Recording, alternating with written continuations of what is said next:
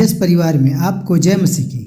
यह बाइबल उन लोगों के लिए बनाई जाती है जिन लोगों को बाइबल पढ़ने के बाद भी समझ नहीं आता आखिरकार बाइबल उनसे कहना क्या चाहती है। जब तक आपको बाइबल का ज्ञान नहीं है, आप एक विश्वासी नहीं हो। आपको अच्छी तरह बाइबल का ज्ञान होना चाहिए।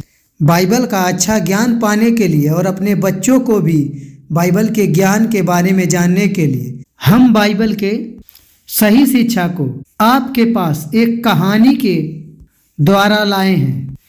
इसमें पाठ और क्रम के द्वारा बनाया गया है। अगर आप रोज सुनते हैं, आपका जीवन सेम नहीं रहेगा। आप अपने अंदर बदलाव को देखेंगे।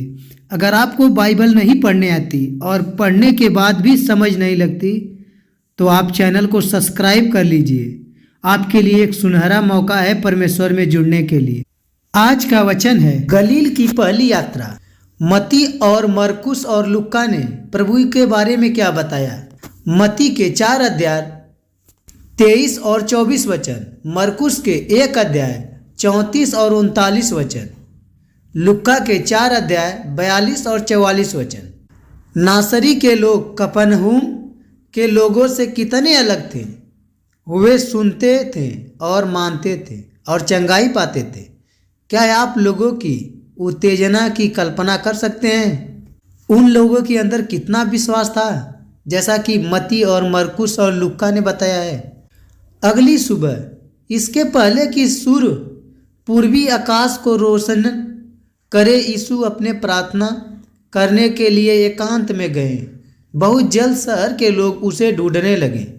सोचिए, अगर वो पतरस के दरवाजे को आकर पीटते और यीशु को देखने के लिए सिमोन पतरस और उसका भाई और उसके साथी ढूंढने को निकल गए। जब वह मिला तब उन्होंने कहा, सब आपको खोज रहे हैं। उनको लगा कि ऐसा करने से यीशु जल्दी से भीड़ को मिलने के लिए चल देगा।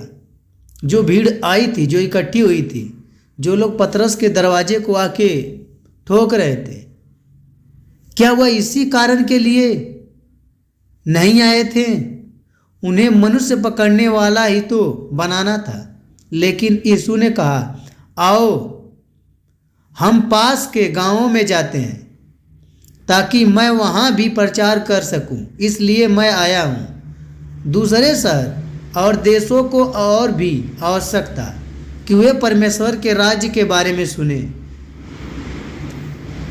सो वहां से चेलों के साथ निकल पड़े। वे गलील के समुद्र के चारों ओर गए। यीशु आराधनालयों में जाकर प्रचार करता, स्वर्ग के राज्य के विषय में सुसमाचार सुनाता। उसने लोगों को उनकी बीमारियों से चंगा किया और दुष्ट आत्माएं निकली।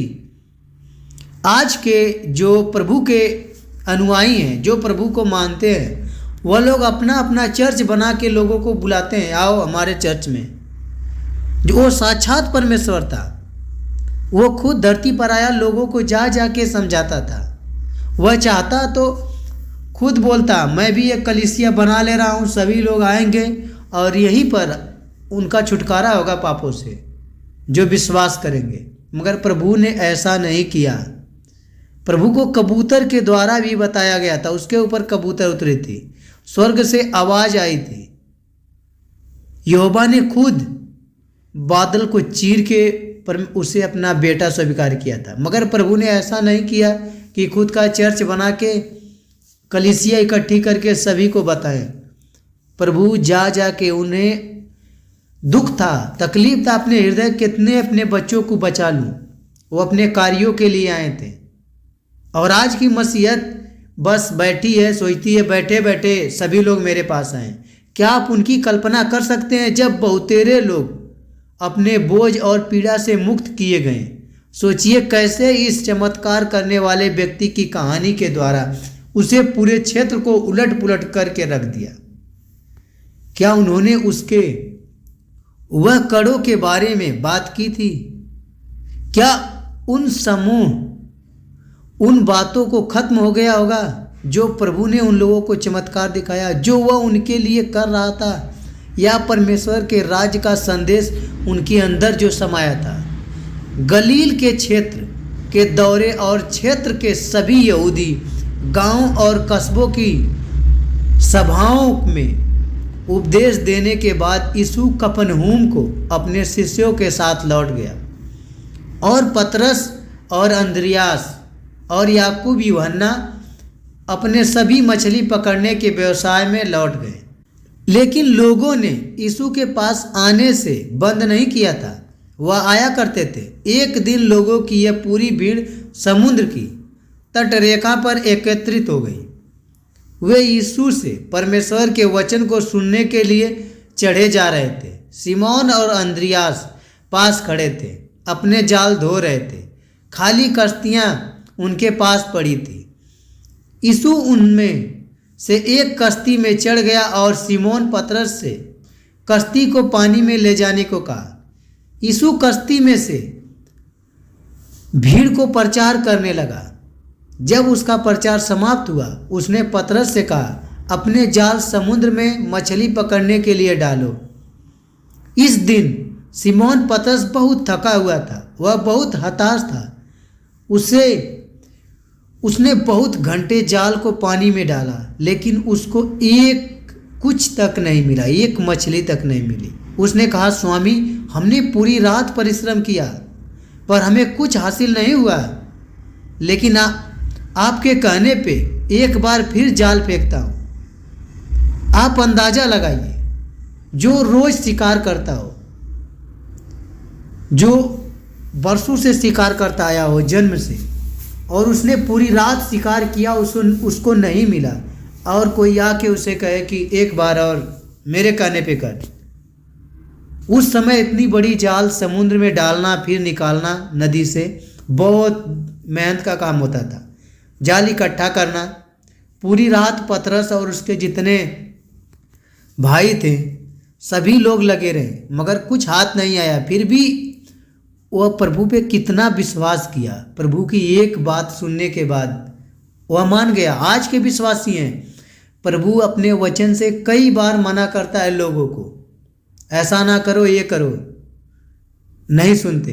पतरस के अंदर अपने शिष्य के लिए कितना आदर था, आज्ञाकारी होने के लिए कितनी चाहत थी। वह विश्वास में काफ़ी बढ़ चुका था और उसके विश्वास भी बहुत बढ़ने वाले थे। उन्होंने अपने जाल पानी में फिर से डाले। जाल को फेंकने की रस्सियों को पानी में जाते देखकर पतरस को कोई आशा थी कि वह कुछ पकड़ पाएगा। वह गलील के समुद्र को अच्छी तरह से जानता था, वहाँ वह पला बड़ा था।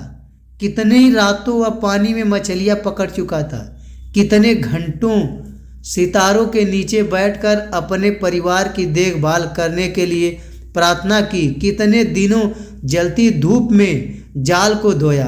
वह अपने स्वामी का पालन करता, लेकिन वह समुद्र प्रतिरूप को जानता था। मछलियाँ पकड़ने के लिए एक चमत्कार की जरूरत थी। वह जानता था कि रात भर पूरी नहीं मछलियाँ मिली तो सुबह को नहीं मिल सकती। जब पतरस और उसके साथी जाल पर नज़र लगाए हुए थे, कुछ उल्लेखनीय हुआ। खाली समुद्र चमकते हुए छोटे जीव के साथ जीवित हो रहा था। अचानक उसके जाल मछली से भर गए। जब वे भरे हुए जाल को खींचने की कोशिश कर रहे थे, उन्हें यह असंभव लगा। शिकार बहुत बड़ा था। उनके आनंद और उत्साह से चिल्लाने की कल्पना कीजिए। कितना उन्हें खुशी हुआ होगा। जिन्होंने पूरी रात मेहनत की, उन्होंने याकूब और यूहन्ना को बाहर बुलाया, जो अभी भी समुद्र के किनारे थे। वे पतरस के साथी थे। वे दूसरे कश्ती में कूदे और मदद के लिए आए। उन्होंने दोनों भरे हुए जालों को दोनों कश्तियों में खींचा। जैसे ही मछलियां बाहर को आई, उनकी कश्तियां भर गई और कश्तियां वजन से नीचे को जाने लगी। वह इतनी भारी हो गई थी कि डूबने लगी। यह कितना हास्यजनक दृश्य था। जो लोग समुद्र तट से देख रहे होंगे उस समय यह सब देखकर बहुत हंसते हुए होंगे, परंतु जब पतरस मछलियों के बीच में खड़ा था, वह नहीं हंस रहा था। वह समुद्र को अच्छी तरह समझता था और जो कुछ हुआ उसके असंभावना को भी उसने पहले से यह देखा था कि उसके स्वामी में दुष्ट आत्माओं के ऊपर सामर्थ्य है। वह एक बहुत प्रतिभाशाली शिक्षक था जो अधिकार के साथ बोलता था, लेकिन अब यह भी साबित हो गया था कि सृष्टि पर भी उसका अधिकार था। पतरस एक श्रद्धायुक्त भय से भर गया था जिससे वह अपने शर्म और विश्वास की कमी से जागरूक था। वह कश्ती में मौजूद प्रभु के और मुड़ा, वह यीशु के पैरों पर गिरा। जैसे ही मुड़ा और बोला, मुझे अपने से दूर कर दे, मुझसे दूर हो जा, मैं एक पापी मनुष्य हूँ, हे प्रभु। पतरस के सभी साथी भी अचंभित थे, जैसे कि वह स्वयं वह देख रहे थे। जब यीशु ने पतरस की ओर देखा और कहा, डर मत, अब से तू मनुष्य को पकड़ने वाला बनेगा। यीशु ने एक बार फिर से इन लोगों को बुलाया। क्या वे स्वर्ग के राज्य के सुसमाचार का पालन करेंगे? क्या वे यीशु के साथ चलने के लिए एक मछुआरे का जीवन छोड़ देंगे? उन लोगों ने कश्तियों को समुद्र तट पर लाकर खड़ा कर दिया। उस दिन से यीशु के पीछे चलने के लिए उन्होंने सब कुछ छोड़ दिया। आपने आज तक क्या छोड़ा है? प्रभु के बातों को नहीं मानता है कोई, सिर्फ हर संडे को छुट्टी करना है, मुझे चर्च में जाना है, बस यही। इससे आपका कभी छुटकारा नहीं हो सकता। आप एक पापी मनुष्य हो। प्रभु ने आपकी सारी कीमत को अदा कर दिया है। आपको विश्वास करने से आपका उद्धार होगा। आमीन।